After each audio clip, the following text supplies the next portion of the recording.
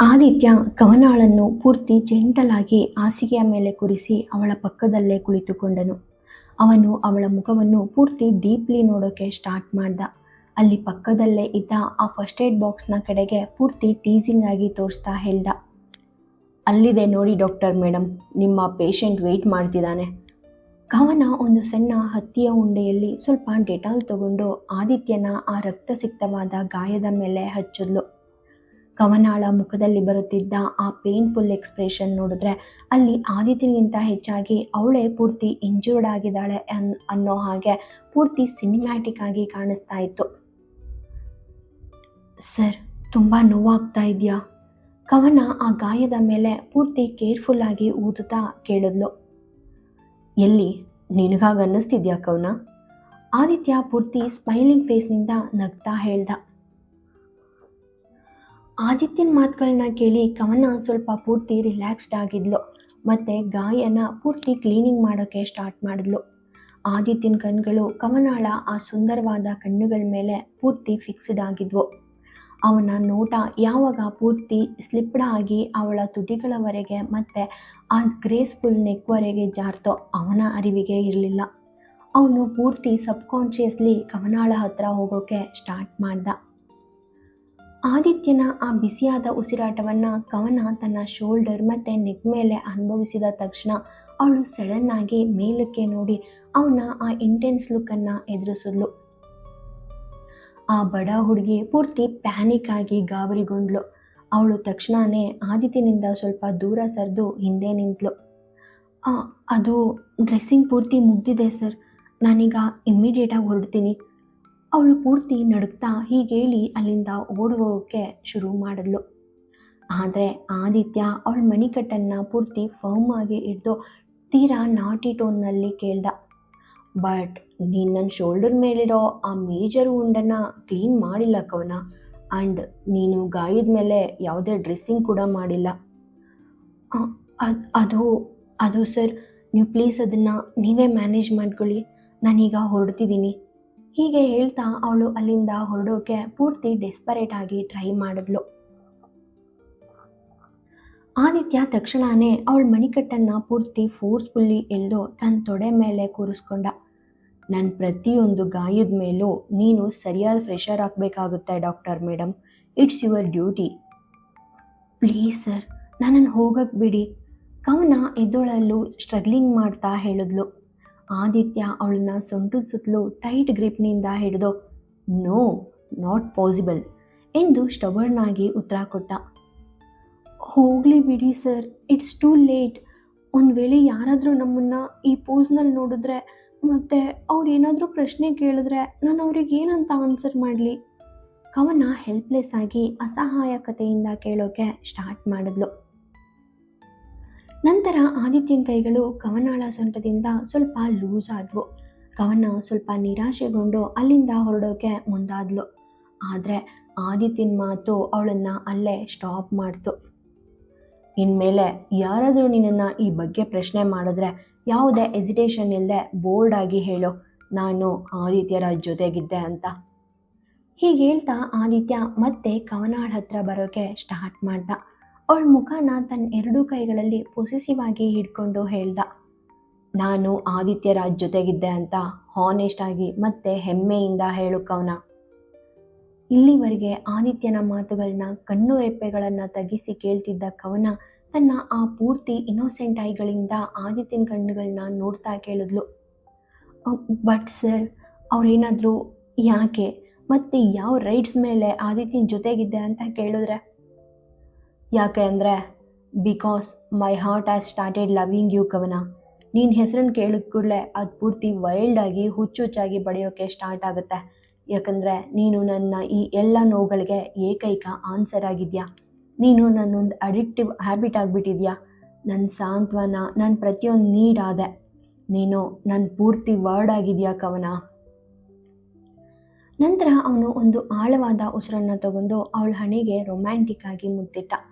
In short, ನಿನ್ನ ಭಾಷೆಯಲ್ಲಿ ಹೇಳೋದಾದರೆ I am loving you doctor madam. Aditya ಕವನಾಳ ಹಣೆಯ ಮೇಲೆ ತನ್ನ ಹಣೆಯನ್ನು ಇಟ್ಟು ಕಣ್ಣು ಮುಚ್ಚಿ ಇಂಟೆನ್ಸ್ ವಾಯ್ಸ್ನಲ್ಲಿ ಮಾತಾಡ್ದ. ನಾನು ನಿನ್ನಲ್ಲಿ ನನ್ನನ್ನು ಫೀಲ್ ಮಾಡೋಕ್ಕೆ ಸ್ಟಾರ್ಟ್ ಮಾಡಿದ್ದೀನಿ ಕವನ. ನಿನ್ನ ಈ ಪ್ರೆಸೆನ್ಸ್ನಲ್ಲಿ ನಾನು ಒಂದು ಸಾಂತ್ವನವನ್ನು ಫೀಲ್ ಮಾಡಿದ್ದೀನಿ. ಇದಕ್ಕಾಗಿ ನಾನು ಕಳೆದ ಹಲವಾರು ವರ್ಷಗಳಿಂದ ಹಂಬಲಿಸ್ತಾ ಇದ್ದೆ. ನಾನು ನಿನ್ನ ಜೊತೆಗಿನ ಪ್ರತಿಯೊಂದು ರಿಲೇಷನ್ಶಿಪ್ಪನ್ನು ಬದುಕೋಕ್ಕೆ ಸ್ಟಾರ್ಟ್ ಮಾಡಿದ್ದೀನಿ. ನಿನ್ನನ್ನು ಭೇಟಿಯಾಗೋ ಮೂಲಕ ನಾನು ನನ್ನನ್ನು ಭೇಟಿಯಾಗೋಕ್ಕೆ ಶುರು ಮಾಡಿದ್ದೀನಿ. ಇಬ್ಬರು ತಮ್ಮ ಹೃದಯದ ಈ ಅತೀವವಾದ ಭಾವನೆಗಳನ್ನ ಪೂರ್ತಿ ಎಮೋಷ್ನಲ್ ಆಗಿ ವ್ಯಕ್ತಪಡಿಸ್ತಿದ್ರು. ಇಬ್ಬರ ಕಣ್ಣಲ್ಲೂ ಆ ಒಂದು ಪ್ಯೂರ್ ಆದ ಆನಂದ ಬಾಷ್ಪ ತುಂಬಿತ್ತು. ಆದಿತ್ಯ ಕವನಾಳ ಹಣೆಗೆ ಮುತ್ತಿಕ್ಕಿ ಪೂರ್ತಿ ಸಾಫ್ಟ್ ಆಗಿ ಹೇಳ್ದ, ಇವತ್ತು ನೀನು ನನ್ನ ಜೊತೆ ಫುಲ್ ನೈಟ್ ಇರ್ತೀಯಾ? I just wanted to sleep peacefully in your arms. ನನಗೆ ನಿನ್ನ ತೋಳುಗಳಲ್ಲಿ ಪೂರ್ತಿ ಶಾಂತಿಯುತವಾಗಿ ಮಲಗಬೇಕಂತ ಅನ್ನಿಸ್ತಿದೆ. That is my only wish. Kavana ಯಾವುದೇ ಎಸಿಟೇಷನ್ ಇಲ್ಲದೆ ಆಯಿತು ಎಂಬಂತೆ ಪೂರ್ತಿ ಅಕ್ಸೆಪ್ಟೆನ್ಸ್ನಿಂದ ತಲೆಯಾಡಿಸಿದ್ಲು. ಬೆಳಿಗ್ಗೆ ನೆಕ್ಸ್ಟ್ ಮಾರ್ನಿಂಗ್ ಆದಿತ್ಯ ಮತ್ತು ಕವನ ಪರಸ್ಪರರ ತೋಳುಗಳಲ್ಲಿ ಪೂರ್ತಿ ಪೀಸ್ಫುಲ್ಲಾಗಿ ಮಲಗಿದ್ರು. ಕವನಾಳ ತಲೆ ಆದಿತ್ಯನ ಎದೆ ಮೇಲಿತ್ತು ಮತ್ತು ಆದಿತ್ಯನ ಕೈಗಳು ಅವಳ ಸೊಂಟದ ಸುತ್ತಲೂ ಪೂರ್ತಿ ಕಡ್ಲಿಂಗ್ ಆಗಿ ಸುತ್ತಕೊಂಡಿದ್ವು. ಬಹುಶಃ ಬಹಳ ಸಮಯದ ನಂತರ ಇದೇ ಫಸ್ಟ್ ಟೈಮ್ ಆದಿತ್ಯ ಇಷ್ಟು ಪೀಸ್ಫುಲ್ಲಾಗಿ ಮಲಗಿದ್ದ. ಸ್ವಲ್ಪ ಸಮಯದ ನಂತರ ಆದಿತ್ಯ ನಿಧಾನವಾಗಿ ಎಚ್ಚರಗೊಂಡ.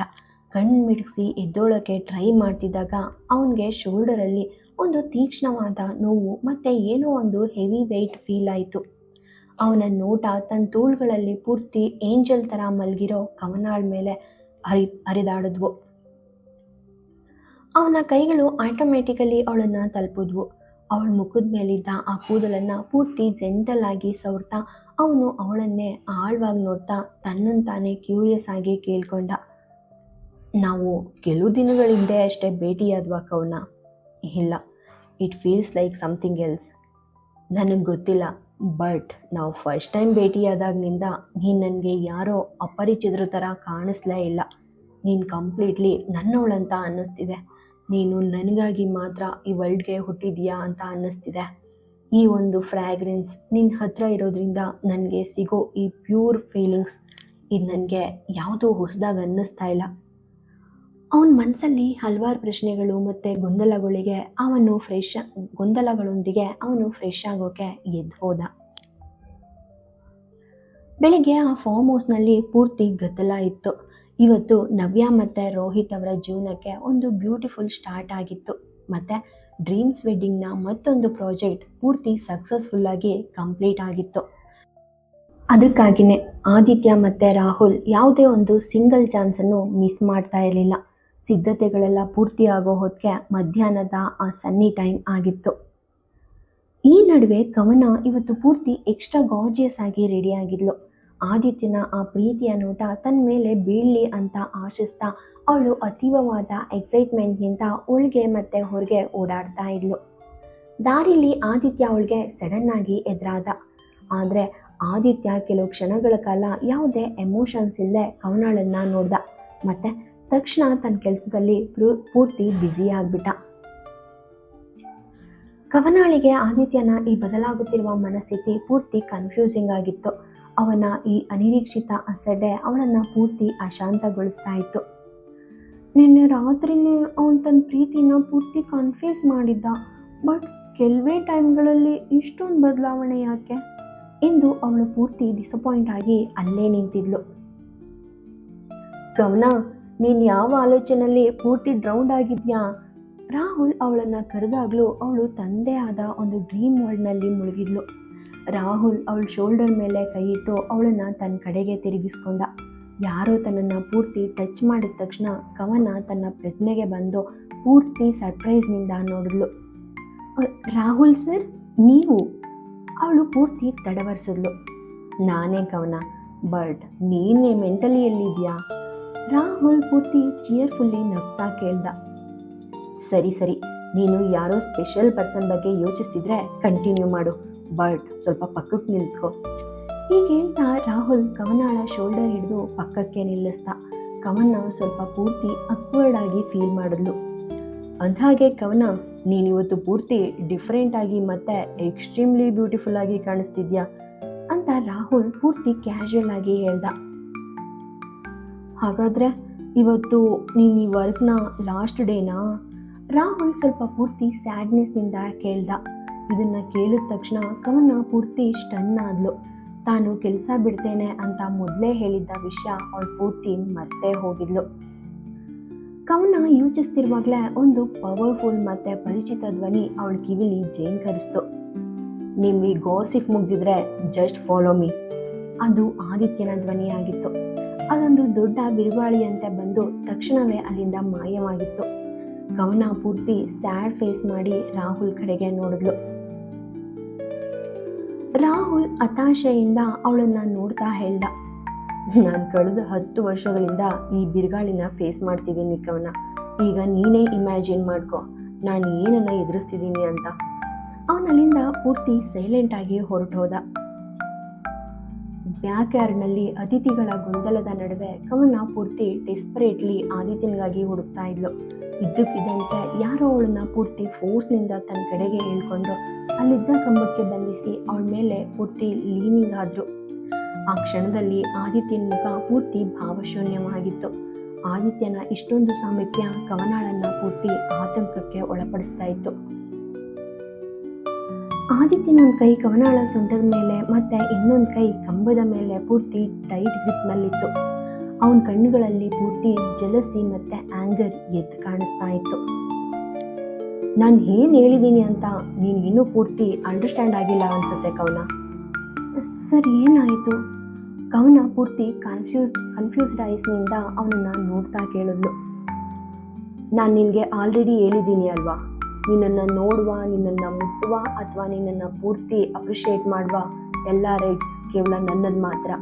ಈ ಇಡೀ ವರ್ಲ್ಡ್ನಲ್ಲಿ ನನಗಾಗಲಿ ಅಥವಾ ನಿನಗಾಗಲಿ ನನ್ನ ಹೊರತಾಗಿ ಬೇರೆ ಯಾರೊಂದಿಗೂ ಯಾವುದೇ ಡೀಪ್ ಕನೆಕ್ಷನ್ ಇಲ್ಲ.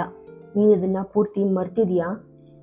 ಅವನು ರಾಹುಲ್ ಮುಟ್ಟಿದ ಆ ಸ್ಥಳವನ್ನೇ ಅಂದರೆ ಅವಳ ಶೋಲ್ಡರನ್ನೇ ಪೂರ್ತಿ ಸ್ಟೇರಿಂಗ್ ಮಾಡ್ತಾ ಪೂರ್ತಿ ಕೋಲ್ಡ್ ವಾಯ್ಸ್ನಲ್ಲಿ ಹೇಳ್ದ, ನಾನೀಗ ಯಾರದಾದ್ರೂ ಕೈಗಳನ್ನ ಪೂರ್ತಿ ಬ್ರೇಕಿಂಗ್ ಮಾಡ್ಬೇಕಂತ ನೀನು ಇಷ್ಟಪಡ್ತೀಯಾ ಅಥವಾ ಯಾರದಾದ್ರೂ ತಲೆನ ಪೂರ್ತಿ ಹೊಡಿಬೇಕಾ? No please sir, Rahul sir ಸುಮ್ಮನೆ ಕ್ಯಾಶುವಲ್ ಆಗಿ ಮಾತಾಡ್ತಿದ್ರು ಅಷ್ಟೇ. ಕವನ ಪೂರ್ತಿ ಆಂಗ್ಸೈಟಿಯಿಂದ ಅವನನ್ನ ಅಲ್ಲೇ ಅಡ್ಡಪಡಿಸಿದ್ಲು. ಆದ್ರೆ ನಾನು ನಿನ್ನ ಬಗ್ಗೆ ಪೂರ್ತಿ ಸೀರಿಯಸ್ ಆಗಿದ್ದೀನಿ ಕವನ. ನಿನ್ನ ರಾಹುಲ್ ಸರ್ ಹೇಳಿದ್ರು ನೀನಿವತ್ತು ಪೂರ್ತಿ ಸ್ಟನ್ನಿಗಾಗಿ ಕಾಣಿಸ್ತಿದ್ಯಾ ಅಂತ, ಹೌದಲ್ವಾ? ಆದಿತ್ಯ ಹೀಗೆ ಹೇಳಿದಾಗ ಕವನ ಪೂರ್ತಿ ಬ್ಲಶಿಂಗ್ ಆಗಿ ತನ್ನ ನೋಟನ ತೆಗೆಸಿದ್ಲು. ಆದಿತ್ಯ ಅವಳ ಮುಖವನ್ನ ತನ್ನ ಬೆರಳುಗಳಿಂದ ಪೂರ್ತಿ ಸೆಂಟಲ್ ಆಗಿ ಸವರ್ದ. ನೀನು ಆ ರಾಹುಲ್ ಸರ್ಗೆ ಹೇಳಿಲ್ವಾ ಕವನ, ಈ ಒಂದು ಎಕ್ಸ್ಟ್ರಾ ಗ್ಲೋ ಮತ್ತೆ ನಿನ್ನ ಮುಖದ ಮೇಲಿರೋ ಈ ಪರ್ಫೆಕ್ಟ್ ಮೇಕಪ್ ಯಾರಿಗಾಗಿ ಅಂತ? ಆದಿತ್ಯ ಅವಳ ತುದಿಗಳ ಹತ್ರಕ್ಕೆ ಪೂರ್ತಿ ಟೀಸಿಂಗ್ಲಿ ಸರಿತಾ ಕೇಳ್ದ. ಕವನ ಕಣ್ಮುಚ್ಚಿ ಇಲ್ಲ ಎಂದು ತಲೆ ಅಲ್ಲಾಡಿಸಿದ್ಲು. ಆದಿತ್ಯ ಅವಳ ಕಿವಿಲಿ ಪಿಸುಗುಡ್ತ, ಡೋಂಟ್ ವರಿ ಕವನ, ನಾನೀಗ ನಿನ್ನನ್ನು ಪೂರ್ತಿ ರೊಮ್ಯಾನ್ಸಿಂಗ್ ಮಾಡೋಕ್ಕಾಗಲ್ಲ. ನಮಗೆ ತುಂಬ ವರ್ಕ್ ಇದೆ and I can't lose my consciousness now. ಅದಕ್ಕಾಗಿ ನೀನು ನೈಟ್ವರೆಗೆ ವೆಯ್ಟ್ ಮಾಡಬೇಕು. ಅಷ್ಟೇ ಹೇಳಿ ಆದಿತ್ಯ ಅವಳ ತುಟಿಗಳಿಗೆ ಲಘುವಾಗಿ ಕಿಸ್ ಮಾಡಿ ಹೊರಟೋದ. ಮತ್ತೊಂದೆಡೆ ರಾಹುಲ್ ಪೂರ್ತಿ ಕ್ಯಾಶುಯಲ್ ಆಗಿ ಹೊರನ ರೂಮಿನಿಂದ ಹೊರಗೆ ಬರ್ತಾ ಇದ್ದ. ಅದೇ ಸಮಯದಲ್ಲಿ ಮೀಶಾ ಒಂದು ಪೂರ್ತಿ ವೈಲ್ಡ್ ಸ್ಟಾರ್ಮ್ನಂತೆ ಓಡ್ ಬರ್ತಾ ಇದ್ಲು. ಅವಳು ರಾಹುಲ್ಗೆ ಪೂರ್ತಿ ಫೋರ್ಸ್ನಿಂದ ಡಿಕ್ಕಿ ಹೊಡೆದು ಬೀಳೋಕೆ ಹೋದಾಗ ರಾಹುಲ್ ಅವಳ ತೋಳುಗಳನ್ನ ಹಿಡ್ದ. ನೀನು ಕಣ್ ಕಾಣಿಸಲ್ವಾ ಅಥವಾ ನೀನು ಪೂರ್ತಿ ಇಂಟೆನ್ಷನಲ್ಲಿ ಉದ್ದೇಶಪೂರ್ವಕವಾಗಿ ನನಗೆ ಡಿಕ್ಕಿ ಹೊಡಿತಾ ಇದೆಯಾ? ಮೀಶಾ ಪೂರ್ತಿ ಕೋಪದಿಂದ ಕೇಳಿದ್ಲು. ರಾಹುಲ್ ಅವಳನ್ನ ತನ್ನ ಹತ್ರಕ್ಕೆ ಪೂರ್ತಿ ಇಂಟಿಮೇಟ್ ಆಗಿ ಹೇಳ್ಕೊಂಡ. ನೀನು ಹೇಳಿದ ಪೂರ್ತಿ ಕರೆಕ್ಟ್ ಮೀಶಾ, ನಾನು ಈ ಸ್ಟಾರ್ಮ್ಗೆ ಡಿಕ್ಕಿ ಹೊಡೆಯೋಕೆ ಈಗ ಪೂರ್ತಿ ಅಡಿಕ್ಟ್ ಆಗಿದ್ಬಿಟ್ಟಿದ್ದೀನಿ. ಮೀಶಾ ಅವನ ಮುಖದ ಮೇಲೆ ತನ್ನ ಬಿಸಿಯಾದ ಉಸಿರನ್ನ ಓದ್ತಾ ಪೂರ್ತಿ ಸರ್ಕ್ಯಾಸ್ಟಿಕ್ ಆಗಿ ಕೇಳಿದ್ಲು. ಬಟ್ ನಿನಗೆ ಗೊತ್ತಾ, ಬಿರುಗಾಳಿಗೆ ಡಿಕ್ಕಿ ಹೊಡೆದ್ಮೇಲೆ ಪ್ರತಿಯೊಬ್ಬರು ಪೂರ್ತಿ ಡೆಸ್ಟ್ರಾಯ್ ಆಗ್ತಾರೆ ಅಂತ. ನಿನ್ನನ್ನು ಪೂರ್ತಿ ಸೆಡ್ಯೂಸಿಂಗ್ ಮಾಡೋಕೆ ಬಯಸ್ತಾ ಇಲ್ವಾ? ರಾಹುಲ್ ಅವಳ ಕಣ್ಗಳಲ್ಲಿ ಕಣ್ಣಿಟ್ಟು ಪೂರ್ತಿ ಲೋ ವಾಯ್ಸ್ನಲ್ಲಿ ಕೇಳ್ದ. You are a loser Rahul. ನನ್ನಂತ ಒಬ್ಬ ಗಾರ್ಜಿಯಸ್ ಹುಡುಗಿ ಪೂರ್ತಿ ಹತ್ರ ಇದ್ರು ರಾತ್ರಿ ಇಡೀ ಪೂರ್ತಿ ಡ್ರಿಂಕ್ಸ್ ಆಗಿದ್ದ ನನಗೆ ಒಂದು ಕಿಸ್ ಕೂಡ ಮಾಡೋಕ್ಕೆ ಸಹ ನಿನಗೆ ಸಾಧ್ಯ ಆಗಲಿಲ್ಲ. ಸೊ ನಿನ್ನನ್ನು ಸೆಡ್ಯೂಸ್ ಮಾಡೋದ್ರಿಂದ ನನಗೆ ಯಾವುದೇ ಬೆನಿಫಿಟ್ಸ್ ಇಲ್ಲ. ಮೀಶಾ ವ್ಯಂಗ್ಯವಾಗಿ ಹೇಳಿ ಅಲ್ಲಿಂದ ಹೊರಟೋಗೋಕ್ಕೆ ಟ್ರೈ ಮಾಡಿದ್ಲು. ಸರಿ, ಅಂದಹಾಗೆ ನೀನು ಅಸಲಿ ಗಂಡಸೌದಾ ಅಲ್ವಾ ಎಂದವಳು ಪೂರ್ತಿ ಇನ್ಸಲ್ಟಿಂಗ್ ಆಗಿ ಕೇಳಿದ್ಲು. ರಾಹುಲ್ ಆ ಕ್ಷಣದಲ್ಲಿ ಪೂರ್ತಿ ಟ್ರಿಗರ್ಡ್ ಆದ. ಅವನು ಅವಳ ಮಣಿಕಟ್ಟನ್ನು ಪೂರ್ತಿ ರಫ್ ಆಗಿ ಹಿಡಿದು ತನ್ನ ಎದೆಗೆ ಹೇಳ್ಕೊಂಡ. ಮತ್ತೆ ಅವಳ ತುಟಿಗಳ ಮೇಲೆ ತನ್ನ ತುಟಿಗಳನ್ನ ಇಟ್ಟು ಪೂರ್ತಿ ಪ್ಯಾಷನೇಟ್ ಆಗಿ ಕಿಸ್ ಮಾಡೋಕ್ಕೆ ಸ್ಟಾರ್ಟ್ ಮಾಡ್ದ. ಮೀಶಾ ಮೊದಲು ಪೂರ್ತಿ ಶಾಕ್ ಆದರೂ ನಂತರ ಅವಳು ಸಹ ರಾಹುಲ್ನ ಕುತ್ತಿಗೆಯನ್ನು ಬಿಗಿಯಾಗಿ ಹಿಡ್ಕೊಂಡು ಪೂರ್ತಿ ಕೋಆಪ್ರೇಟಿಂಗ್ ಮಾಡೋಕ್ಕೆ ಸ್ಟಾರ್ಟ್ ಮಾಡಿದ್ಲು. ಅವ್ರು ಸುಮಾರು 10 ನಿಮಿಷಗಳ ಕಾಲ ಪೂರ್ತಿ ನಾನ್ ಸ್ಟಾಪ್ ಕಿಸ್ ಮಾಡಿದ್ರು. ಇಬ್ರಿಗೂ ಉಸಿರುಗಟ್ಟೋಕೆ ಸ್ಟಾರ್ಟ್ ಆದಾಗ ರಾಹುಲ್ ಮುತ್ತನ್ನು ಪೂರ್ತಿ ಮುಕ್ತಗೊಳಿಸಿದ. ಮೀಶಾ ಒಂದು ರೀತಿ ಪೂರ್ತಿ ಇಂಟೆನ್ಸ್ ಗೇಜ್ನಿಂದ ಅವನನ್ನು ನೋಡ್ತಾ ಇದ್ಲು. ಆದರೆ ಸಡನ್ ಆಗಿ ಏನಾಯ್ತೋ ಗೊತ್ತಿಲ್ಲ, ಮೀಶಾ ರಾಹುಲ್ನನ್ನ ಪೂರ್ತಿ ಫೋರ್ಸ್ನಿಂದ ದೂರ ತಳ್ಳಿ ಅಲ್ಲಿಂದ ಪೂರ್ತಿ ರನ್ನಿಂಗ್ ಮಾಡೋಕೆ ಸ್ಟಾರ್ಟ್ ಮಾಡಿದ್ಲು. ಮೀಶಾ ರಾಹುಲ್ನ ಪೂರ್ತಿ ಫೋರ್ಸ್ನಿಂದ ದೂರ ತಳ್ಳಿದ್ಲು. ಅವಳು ಇದ್ದಕ್ಕಿದ್ದಂತೆ ಅಲ್ಲಿಂದ ಪೂರ್ತಿ ವೇಗವಾಗಿ ಓಡೋಗೋಕೆ ಸ್ಟಾರ್ಟ್ ಮಾಡಿದ್ಲು. ಅವಳು ರಾಹುಲ್ ಕಡೆಗೆ ಒಂದು ಸಾರಿನೂ ಹಿಂತಿರುಗಿ ನೋಡಲೇ ಇಲ್ಲ. ಇಲ್ಲಿವರೆಗೆ ಒಂದು ವಿಭಿನ್ನ ಭಾವನೆಯನ್ನು ಅನುಭವಿಸ್ತಿದ್ದ ರಾಹುಲ್ ಮೀಶಾಳ ಈ ಸಡನ್ ಆ್ಯಕ್ಷನ್ನಿಂದ ಒಂದು ಕ್ಷಣ ಪೂರ್ತಿ ಆಘಾತಕ್ಕೊಳಗಾದ. ಅವನು ತನ್ನ ತಲೆ ಅಲ್ಲಾಡಿಸ್ತಾ ಮೀಶಾಳತ್ತ ನೋಡಿದಾಗ ಅವಳು ಮುಂಭಾಗದಿಂದ ಬರ್ತಾ ಇದ್ದ ಆದಿತ್ಯನ ಕಡೆಗೆ ಪೂರ್ತಿ ಬ್ಲೈಂಡ್ಲಿ ಓಡ್ತಾ ಇದ್ಲು. ಅವಳ ಆ ಹೈ ಹೀಲ್ಸ್ನಿಂದಾಗಿ ಅವಳು ಅಲ್ಲಿ ಬ್ಯಾಲೆನ್ಸ್ ತಪ್ಪಿ ಕೆಳಗೆ ಬೀಳೋ ಹಂತದಲ್ಲಿದ್ದಾಗ ಆದಿತ್ಯ ಅವಳನ್ನ ಮುಂಭಾಗದಿಂದ ಪೂರ್ತಿ ಸ್ಟ್ರಾಂಗ್ಲಿ ಹಿಡ್ಕೊಂಡ. ಪೂರ್ತಿ ಭಯಭೀತಳಾದ ಮೀಶಾ ಆದಿತ್ಯನನ್ನು ಬಿಗಿಯಾಗಿ ಹಿಡ್ಕೊಂಡ್ಳು. ಅವಳು ತನ್ನ ಮುಖವನ್ನು ಅವನ ಎದೆಯಲ್ಲಿ ಪೂರ್ತಿ ಹಿಡನ್ ಆಗಿ ಮರೆ ಮಾಡಿಕೊಂಡ್ಳು. ಸ್ವಲ್ಪ ಹೊತ್ತು ಅವನನ್ನು ಹೀಗೆ ಹಿಡಿದ ನಂತರ ತಾನು ಯಾರ ತೋಳುಗಳಲ್ಲಿ ಇದ್ದೀನಿ ಅಂತ ಮೀಶಾಳಿಗೆ ಸಡನ್ ಆಗಿ ಅರಿವಾಯಿತು. ಆದಿತ್ಯ ಅವಳನ್ನು ತನ್ನಿಂದ ಪೂರ್ತಿ ದೂರ ಎಳೆಯೋಕೆ ಟ್ರೈ ಮಾಡ್ದ. ಆದರೆ ಮೀಶಾ ಮಾತ್ರ ಅವನನ್ನು ಪೂರ್ತಿ ಪೊಸೆಸಿವ್ ಆಗಿ ಹಿಡಿದಿದ್ಲು. ಅವಳು ತನ್ನ ತಲೆನ ಕೆಳಗೆ ಬಾಗಿಸಿ ಪೂರ್ತಿ ಸೈಲೆಂಟಾಗಿ ಆದಿತ್ಯನದಲ್ಲಿ ಅಡಕ್ಕೊಂಡ್ಳು. ಆದಿತ್ಯನಿಗೆ ಅವಳ ಈ ಕೃತ್ಯ ಪೂರ್ತಿ ವಿಯಾರ್ಡ್ ಅನ್ನಿಸ್ತು. ಸ್ವಲ್ಪ ಕೋಪದಿಂದ ಅವನು ಮೀಶಾಳನ್ನು ತನ್ನಿಂದ ಬೇರ್ಪಡಿಸೋಕೆ ಟ್ರೈ ಮಾಡಿದಾಗ ಬಹುಶಃ ಅವಳು ಪೂರ್ತಿ ಅಳ್ತಿರ್ಬೋದು ಅಂತ ಅವನಿಗೆ ಸ್ಟ್ರಾಂಗ್ ಆಗಿ ಅನ್ಸೋಕೆ ಶುರುವಾಯಿತು. ಇದ್ದಕ್ಕಿದ್ದಂತೆ ಆದಿತ್ಯನಿಗೆ ಏನೋ ವಿಭಿನ್ನವಾಗಿ ಅನ್ನಿಸ್ತು. ಅವಳನ್ನು ತನ್ನಿಂದ ಬೇರ್ಪಡಿಸೋ ಬದಲು ಆದಿತ್ಯ ಪೂರ್ತಿ ಅಫೆಕ್ಷನೇಟ್ಲಿ ಅವಳ ಹಣೆ ಮೇಲೆ ಕೈ ಇಟ್ಟು ಪೂರ್ತಿ ಸಾಫ್ಟಾಗಿ ಸವರೋಕೆ ಸ್ಟಾರ್ಟ್ ಮಾಡ್ದ. ಈ ಒಂದು ಭಾವನೆಯೊಂದಿಗೆ ಮೀಶಾ ಅಳ್ತಿದ್ದವಳು ಇನ್ನಷ್ಟು ಪೂರ್ತಿ ಅನ್ಕಂಟ್ರೋಲೇಬಲ್ ಆಗಿ ಅಳೋಕೆ ಸ್ಟಾರ್ಟ್ ಮಾಡಿದ್ಲು. ಆದಿತ್ಯ ಕೆಲವು ಕ್ಷಣಗಳ ಕಾಲ ಅವಳ ಹಣೆಯನ್ನು ಸವರಿ ಅವಳ ಕಿವಿಲಿ ಪೂರ್ತಿ ಜೆಂಟಲ್ ವಾಯ್ಸ್ನಲ್ಲಿ ಪಿಸುಗುಡ್ತ. Don't worry, you are completely safe here. ಇದನ್ನು ಕೇಳಿದ ಮೀಶಾ ಇನ್ನೂ ಹೆಚ್ಚು ಅವನ ಎದೆಗೆ ಅಂಟ್ಕೊಂಡ್ಳು. ಅವಳ ಎರಡೂ ತೋಳುಗಳು ಅವನ ಸೊಂಟದ ಸುತ್ತಲೂ ಪೂರ್ತಿ ಸುತ್ತಕೊಂಡಿದ್ವು. ಐನೋ, ನನಗೆ ಗೊತ್ತು ಬ್ರೋ, ನಾನು ಯಾವಾಗಲೂ ನಿನ್ನ ಜೊತೆ ಇದ್ದರೆ ಪೂರ್ತಿ ಸೇಫ್ ಆಗಿರ್ತೀನಿ ಅಂತ ಎಂದು ಅವಳು ಪೂರ್ತಿ ಮೆಲ್ಲಗೆ ಪಿಸ್ಕೊಟ್ಟಿದ್ಲು. ಇದನ್ನು ಕೇಳಿದ ಆದಿತ್ಯ ಅವಳ ಹಣೆನ ಮುದ್ದಿಸಿ ಪೂರ್ತಿ ಸಾಫ್ಟಾಗಿ ಮುಗುಳ್ನಕ್ಕ. ಮತ್ತೊಂದು ಕಡೆ ಸ್ವಲ್ಪ ದೂರದಲ್ಲಿ ನಿಂತಿದ್ದ ರಾಹುಲ್ ಮೀಶಾಳ ಈ ಕೃತ್ಯದಿಂದ ಪೂರ್ತಿ ಕೋಪ, ಅಸೂಯೆ ಮತ್ತು ಜಲಸ್ನಿಂದ ಒಂದು ರೀತಿಯ ನಾಚಿಕೆ ಇಲ್ಲದ ಭಾವನೆಯಿಂದ ಮೀಶಾಳನ್ನು ಪೂರ್ತಿ ದ್ವೇಷಪೂರಿತ ನೋಟದಿಂದ ನೋಡಿ ಅಲ್ಲಿಂದ ಹೊರಟೋದ. Are you okay now?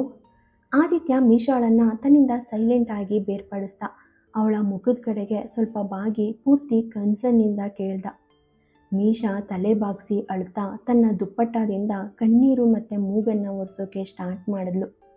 ಆದ್ದರಿಂದ ಆದಿತ್ಯ ತನ್ನ ಜೇಬಿಂದ ಆ ಹ್ಯಾಂಡ್ ಕರ್ಚೀಫನ್ನು ಅವಳ ಕಡೆಗೆ ಚಾಚಿ ಸುಕ್ಕುಗಟ್ಟಿದ ಮೂಗುನೊಂದಿಗೆ ಕೀಟ್ಲೆ ಮಾಡ್ತಾ ಹೇಳ್ದ, ಬ್ಯಾಡ್ ಮ್ಯಾನರ್ಸ್ ಮೀಶಾ, ಅಂದಹಾಗೆ ನೀನು ಯಾವಾಗಲೂ ಈ ರೀತಿ ಪೂರ್ತಿ ಹಾರ್ಸ್ ರೈಡಿಂಗ್ ಮಾಡ್ತಾನೆ ಇರ್ತೀಯಾ? ಮೀಶಾ ಅವನಿಂದ ಕರವಸ್ತ್ರವನ್ನು ತೆಗೆದುಕೊಂಡು ಅವನತ್ತ ನೋಡಿ ತನ್ನ ತಲೆಯಾಡಿಸಿದಳು. ಸ್ವಲ್ಪ ನಗ್ತಾ ಪೂರ್ತಿ ಸ್ವೀಟಾಗಿ ಹೇಳಿದ್ಲು, ಇದು ನಮ್ಮ ಪೂರ್ತಿ ಫ್ಯಾಮಿಲಿ ಹ್ಯಾಬಿಟ್ ಬ್ರೋ. ನನ್ನ ಬ್ರದರ್ ಕೂಡ ಹೀಗೆ ಯಾವಾಗಲೂ ಆತರದಲ್ಲಿರ್ತಾನೆ, ಜಸ್ಟ್ ಲೈಕ್ ಎ ಸ್ಟಾರ್ಮ್. ಈಗ ನೀನು ಪೂರ್ತಿ ನಾರ್ಮಲ್ ಆಗಿದ್ದರೆ ನೀನು ನನ್ನನ್ನು ಒಬ್ಬಂಟಿಯಾಗಿ ಬಿಡಬಹುದು. ಆದಿತ್ಯ ಸದ್ದಿಲ್ಲದೆ ಹೇಳ್ತಾ ಇನ್ನೂ ತನ್ನ ಶರ್ಟ್ ಹಿಡಿದಿದ್ದ ಮೀಶಾಳನ್ನು ಪೂರ್ತಿ ಟೀಸಿಂಗ್ ಮಾಡ್ತಾ ನೋಡ್ದ. ಮೀಶಾ ತನ್ನ ಕೈಗಳನ್ನ ಅವನ ಶರ್ಟಿಂದ ಬಿಟ್ಲು ಮತ್ತು ಪೂರ್ತಿ ಸಿಹಿಯಾಗಿ ನಗ್ತಾ ಅವನಿಗೆ ಥ್ಯಾಂಕ್ ಯು ಹೇಳಿದ್ಲು. ಆದಿತ್ಯ ಅವಳನ್ನು ಮತ್ತೊಮ್ಮೆ ನೋಡ್ದ. ಸ್ವಲ್ಪ ನಕ್ಕು ಅಲ್ಲಿಂದ ಪೂರ್ತಿ ಸ್ಟೈಲಾಗಿ ದೂರ ನಡೆಯೋಕೆ ಸ್ಟಾರ್ಟ್ ಮಾಡ್ದ. ಆಮೇಲೆ ಇದ್ದಕ್ಕಿದ್ದ ಹಾಗೆ ನಿಂತು ಅವನು ಅವಳ ಕಡೆಗೆ ತನ್ನ ಕೈಯನ್ನು ಚಾಚಿ ಹೇಳ್ದ, ಅಂದಹಾಗೆ ನಿನ್ನೆಯ ನಮ್ಮ ಮೀಟಿಂಗ್ ಪೂರ್ತಿ ಇನ್ಕಂಪ್ಲೀಟ್ ಆಗಿತ್ತು. Hi, I am Aditya Raj, nice to meet you. ಅವನು ತನ್ನ ಕೈಯನ್ನು ಚಾಚಿ ಮೀಶಾಳನ್ನು ನೋಡ್ದ. ಮೀಶಾ ಅವನತ್ತ ನೋಡಿ ಒಂದು ಕ್ಷಣ ಪೂರ್ತಿ ಆಘಾತಕ್ಕೊಳಗಾದ್ಲು. ಆದರೆ ತಕ್ಷಣವೇ ಅವನ ಕೈಯನ್ನು ಬಿಗಿಯಾಗಿ ಹಿಡಿದು ತನ್ನ ಶಾಂತತೆಯನ್ನು ಮರಳಿ ಪಡೆದ್ಲು. I am ಮೀಶಾ. ನಂತರ ಅವಳು ಸಡನ್ ಆಗಿ ನಿಲ್ಲಿಸಿ ತನ್ನ ಆ ಸರ್ನೇಮನ್ನು ಮರೆಮಾಚ್ತಾ ತನ್ನನ್ನು ತಾನು ಪೂರ್ತಿ ಸರಿಪಡಿಸ್ಕೊಂಡ್ಳು. ಅವಳು I am Meesha, nice to meet you too. ಹೀಗೆ ಹೇಳ್ತಾ ಅವಳು ತುಂಬ ಎಕ್ಸೈಟ್ಮೆಂಟ್ನಿಂದ ಆದಿತ್ಯನ ಕೈಯನ್ನು ಹಿಡಿದು ಶೇಕ್ ಹ್ಯಾಂಡ್ ಮಾಡಿದ್ಲು. ಆದಿತ್ಯ ಅವಳ ಈ ಪೂರ್ತಿ ಕ್ಯೂಟ್ ಆ್ಯಂಡ್ ಮುದ್ದಾದ ಕೃತ್ಯವನ್ನು ಗಮನಿಸ್ತಾ ಇದ್ದ. ಅವನ ಮುಖನ ನೋಡ್ತಾನೆ ಅವನು ಮೀಶಾಳ ಆ ಆ್ಯಕ್ಷನನ್ನು ಎಷ್ಟು ಅಡೋರೆಬಲ್ ಆಗಿ ಕಂಡ್ಕೊಂಡ ಅಂತ ಸ್ಪಷ್ಟವಾಗಿ ತಿಳಿತಾ ಇತ್ತು. ನೀನೀಗ ನನ್ನ ಕೈಯನ್ನು ಬಿಡ್ತೀಯಾ ಅಥವಾ ಇಡೀ ದಿನ ಹೀಗೆ ಹ್ಯಾಂಡ್ ಶೇಕ್ ಮಾಡೋಕ್ಕೆ ಉದ್ದೇಶ ಪಡ್ತೀಯಾ? ಆದಿತ್ಯ ತನ್ನ ಹುಬ್ಬುಗಳನ್ನು ಮೇಲಕ್ಕೆತ್ತಿ ಫನ್ನಿಯಾಗಿ ಹೇಳ್ದ. ಮೀಶಾ ತನ್ನ ಕೈಯನ್ನು ಬಿಟ್ಟು ಸದ್ದಿಲ್ಲದೆ ನಿಂತಳು. ಕ್ರೇಜಿ ಗರ್ಲ್ ಎಂದ ಅವನು. ಜಸ್ಟ್ ಲೈಕ್ ಮೈ ಬ್ರದರ್ ಎಂದು ಮೀಶಾ ಆದಿತ್ಯನನ್ನು ನೋಡುತ್ತಾ ಕಣ್ಮಿಡ್ಸಿ ಹೇಳಿದ್ಲು. ಮತ್ತೊಂದು ಕಡೆ ಮೀಶಾಳ ಆ ಒಂದು ಅನ್ಎಕ್ಸ್ಪೆಕ್ಟೆಡ್ ಆ್ಯಕ್ಷನ್ನಿಂದ ಪೂರ್ತಿ ಹ್ಯುಮಿಲೇಟೆಡ್ ಆಗಿ ಅವಮಾನಿತನಾದ ರಾಹುಲ್ ಇನ್ಸ್ಟ್ಯಾಂಟ್ಲಿ ಆ ಬಾರ್ ಕೌಂಟರ್ ಕಡೆಗೆ ನಡೆದ. ರಾಹುಲ್ ಲೈಫ್ನಲ್ಲಿ ತುಂಬ ರೇರ್ಲಿ ಕೋಪ ಮಾಡ್ಕೊಂಡಿರಬಹುದು, ಆದರೆ ಈ ಒಂದು ಪರ್ಟಿಕ್ಯುಲರ್ ಕ್ಷಣದಲ್ಲಿ ಅವನ ಎವ್ರಿ ಸಿಂಗಲ್ ಮೂವ್ ಅವನು ಎಷ್ಟು ಫ್ಯೂರಿಯಸ್ ಆಗಿ ಕೋಪ ಮಾಡ್ಕೊಂಡಿದ್ದಾನೆ ಅಂತ ಪೂರ್ತಿ ಎವಿಡೆಂಟ್ ಆಗಿ ಹೇಳ್ತಾ ಇತ್ತು. ಬಾರ್ ಕೌಂಟರ್ನ ಒಂದು ಡಾರ್ಕ್ ಕಾರ್ನರ್ನಲ್ಲಿ ಕುಳಿತು ಅವನು ಅಲ್ಲಿನ ವೇಟರ್ಗೆ ಡ್ರಿಂಕ್ಸ್ ಸರ್ವ್ ಮಾಡೋಕ್ಕೆ ರಫ್ ಆಗಿ ಸನ್ನೆ ಮಾಡ್ದ. 2 ಅಥವಾ 3 ಸ್ಟ್ರಾಂಗ್ ಡ್ರಿಂಕ್ಸ್ ನಂತರನೂ ಅವನೊಳಗಿನ ಆ ಒಂದು ಬರ್ನಿಂಗ್ ಗ್ಯಾಂಗರ್ ಸ್ವಲ್ಪನೂ ಕಡಿಮೆಯಾಗದೇ ಇದ್ದಾಗ ಅವನು ಒಂದು ಪೂರ್ತಿ ಬಾಟಲ್ ವೈನನ್ನು ಆರ್ಡರ್ ಮಾಡಿ ಅದನ್ನು ಕೂಡ ಪೂರ್ತಿ ಇನ್ ಒನ್ ಗೋ ಮುಗಿಸ್ದ. ಅವನು ಮೀಶಾ ಜೊತೆಗೆ ಕಳೆದ ಆ ಪ್ರತಿಯೊಂದು ಇಂಟೆನ್ಸ್ ಮೂಮೆಂಟ್ಸ್ಗಳನ್ನ ನಿರಂತರವಾಗಿ ಪೂರ್ತಿ ಫ್ಲ್ಯಾಶ್ ಬ್ಯಾಕ್ಸ್ ತರಹ ನೆನಪಿಸ್ಕೊಳ್ತಾ ಇದ್ದ. ಅವಳ ಆ ಒಂದು ಉದಾಸೀನತೆ, ಅವಳು ತನ್ನನ್ನು ಬಿಟ್ಟು ಆದಿತ್ಯನ ಕಡೆಗೆ ಪೂರ್ತಿ ವೈಲ್ಡ್ಲಿ ಓಡಿದ್ದು, ಅವಳು ಅವನನ್ನು ಅಪ್ಕೊಂಡಿದ್ದು, ಇದನ್ನೆಲ್ಲ ನೆನಪಿಸ್ಕೊಳ್ತಾ ಇದ್ದಂತೆ ಅವನ ಮನಸ್ಸು ಪೂರ್ತಿ ಮೆಸ್ಸಿಯಾಗಿ ಗೊಂದಲಮಯವಾಯಿತು. ಅವನಿಗೆ ತನ್ನನ್ನೇ ಪೂರ್ತಿ ಕಂಟ್ರೋಲ್ ಮಾಡೋಕ್ಕೆ ಸಾಧ್ಯ ಆಗ್ತಾ ಇರಲಿಲ್ಲ. ಅವನ ಕೊನೆಗೆ ಔಟ್ ಆಫ್ ಕಂಟ್ರೋಲ್ ಆಗಿ ಆ ಖಾಲಿ ವೈನ್ ಬಾಟಲ್ನ ನೆಲಕ್ಕೆ ಫೋರ್ಸ್ನಿಂದ ಎಸ್ದ. ಆ ಬಾಟಲಿ ಶಾಟರ್ಡ್ ಆಗಿ ಶೂರಾದ ಸೌಂಡ್ ಇಡೀ ಬಾರ್ ಏರಿಯಾದಲ್ಲಿ ಪೂರ್ತಿ ಎಕೋ ಆಗ್ತಿತ್ತು. ಅವನ ಕಣ್ಣುಗಳಲ್ಲಿ ಈಗ ಕೇವಲ ಜಲಸಿ ಆ್ಯಂಡ್ ಪೇನ್ ಮಾತ್ರ ಕಾಣಿಸ್ತಾ ಇತ್ತು.